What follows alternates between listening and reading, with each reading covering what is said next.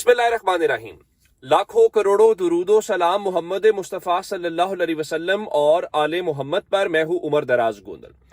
आज पहली खबर ये आई थी कि 29 नवंबर को पहली रकम आती है, 3 दिसंबर को मुआहिदा होता है, यानी 5 दिन के बाद मुआहिदा है, और वो 102 मिलियन पाउंड की रकम थी। ये साकिब बशीर साहब का दावा था, जो कोर्ट रिपोर्टर है। लेकिन अब उससे एक बड़ी खबर है। लगता यह है कि जो अल-कादिर ट्रस्ट केस फैसला आपने सुनाया है, ये फैसला हर गुजरते दिन के साथ आपके गले की हड्डी बनता जा रहा है और आपके लिए मुसीबत बनता जा रहा है। इस हवाले से हुआ क्या है, इस हवाले से जो मुख्तलिफ सहाफ़ी हैं वो अपने ज़राए से खबरें लेके आ रहे हैं, और उन खबरों के बाद चीज़ें यूं खुलती जा रही हैं कि मेरा नहीं ख्याल कि अब इस हवाले से कोई अपील की ज़रूरत भी रहेगी। वो कि पता ये चला है कि 21 तारीख को यानी मंगल के दिन तक मैक्सिमम सलमान सफदर साहब जो हैं वो अपील दायर कर देंगे। उनके जो वकालतनामे हैं वो अडयाला जेल चले गए। अब खबर क्या है? खबर जो सामने आई है वो बरतानवी अदालत से मुतालिक है। अब जानते हैं कि बरतानिया में भी कोई केस चल रहा था ना, जिसकी बुनियाद के ऊपर ये पैसे जब्त हुए थे, और पैसे जब्त होने के बाद पैसे वहां से उन्होंने गैर मुंजमद किए या डी फ्रीज किए और कहा कि ठीक है आप की रकम हम छोड़ देते हैं। लेकिन आखिर कुछ तो वहां सेटलमेंट हुई होगी। अब बरतानवी अदालत के अंदर या तो बरतानिया की एनसीए, वहां की नेशनल क्राइम एजेंसी वहां पे फरीक थी, या फिर वहां पे मलिक रियाज की फैमिली वहां पे फरीक थी। वहां पे पाकिस्तान की हुकूमत का कोई लेना देना नहीं था। अब अहमद नौरानी जो हैं, जो जर्नलिस्ट हैं, गो कि वो बेचारे मुल्क से बाहर चले गए, उन्होंने बहुत सारा स्टोरी की, उनकी वेबसाइट्स हैं और वो अपने यूट्यूब चैनल के ऊपर भी काम करते हैं। अब उनके मुताबिक जो बरतानवी अदालत का फैसला है, और बरतानवी अदालत के फैसले के अंदर वो ये लेके आए हैं, और उसमें क्या लिखा हुआ है? उसमें ये लिखा गया है, मैं आपको पढ़ के सुना देता हूं कि ये जो सारी अमाउंट है कि ये सारा कुछ उस हवाले से वो जाएगा, और ये आगे जो उसको क्या कहते हैं कि पाकिस्तान की सुप्रीम कोर्ट के हवाले से उस फैसले में अहमद नौरानी साहब जो डॉक्यूमेंट लेके आए हैं उसमें यह लिखा गया है कि जनाब वो इस बुनियाद के ऊपर जो उन दोनों के दरमियान खुफिया मुआहिदा हुआ था, यानी अली रियाज मलिक जो इनके बेटे हैं उनके दरमियान और एनसीए के दरमियान, और बरतानवी अदालत का डॉक्यूमेंट जो है वो ये कहता है कि जनाब 190 मिलियन पाउंड केस का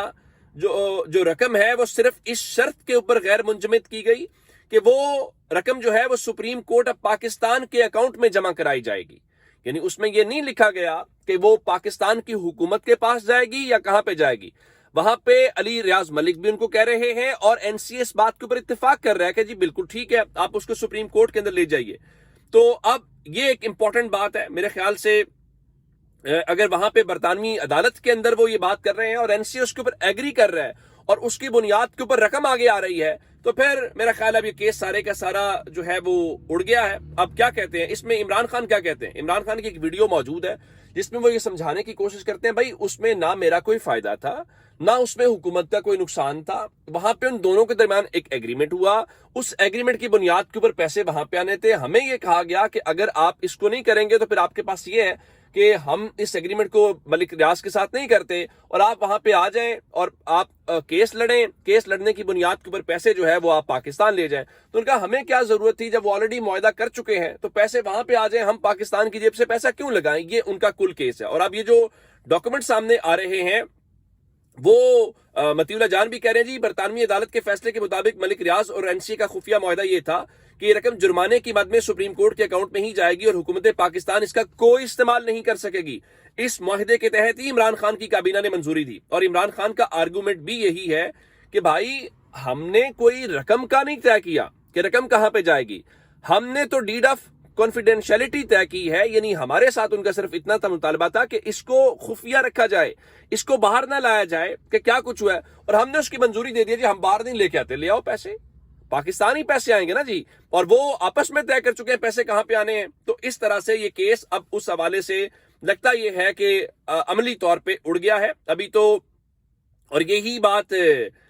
वो कह रहे हैं कि बरतानवी अदालत का जो फैसला है वो अल-कादिर ट्रस्ट केस के फैसले को मुकम्मल तौर पे गलत साबित करता है, और ये अहमद नौरानी की एक बहुत बड़ी जो स्टोरी है वो सामने आई है, और इमरान खान के लिए जाहिर है कि ये एक अच्छी खबर है। अब हुकूमत के पास क्या है? हुकूमत ये बयानियां बनाने की कोशिश कर रही थी कि जी इमरान खान ने करप्शन की है, जी इमरान खान ने उनको फेवर दी है। भाई अब तो जाएं बरतानवी अदालत के फैसले को चैलेंज कर लें। अब बरतानवी अदालत का जो फैसला है وہ عمران خان کی کابینہ کی منظوری سے پہلے کا ہے، اور عمران خان کی کابینہ سے منظوری سے پہلے رقم پاکستان آنے کے حوالے سے لوگ دعویٰ کر رہے ہیں، جو کہ اب ٹرانزیکشن سپریم کورٹ تاریخ بتا دے کہ جی پہلی ٹرانزیکشن اس ڈیٹ کو ہوئی تھی، اور جو کابینہ کی منظوری ہے وہ تو تاریخ سب کو پتا ہے۔ تو میرے خیال سے یہ کیس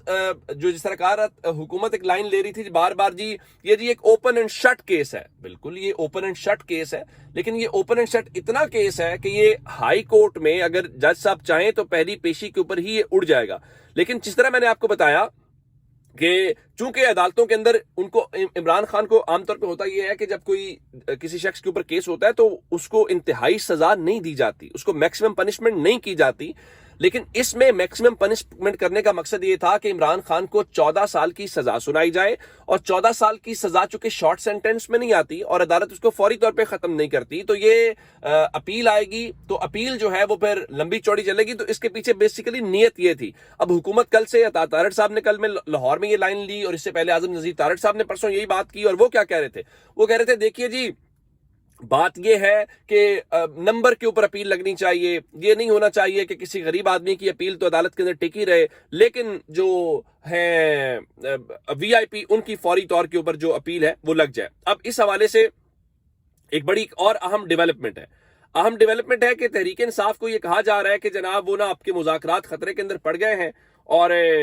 وہ ہو گیا اور یہ ہو گیا۔ اب رانا ثناء اللہ نے رات کو شہزاد اقبال صاحب کے شو میں بیٹھ کے یہ کہا ہے کہ ہم تحریک انصاف کو لکھ کر دینے کو بھی تیار ہیں کہ عدالتوں میں جو ان کے زیر سماعت کیسز ہیں ہم ان میں رکاوٹ نہیں بنیں گے۔ اور اب جہاں تک بات ہے، عرفان صدیقی صاحب یہ کہتے ہیں کہ جناب دیکھیے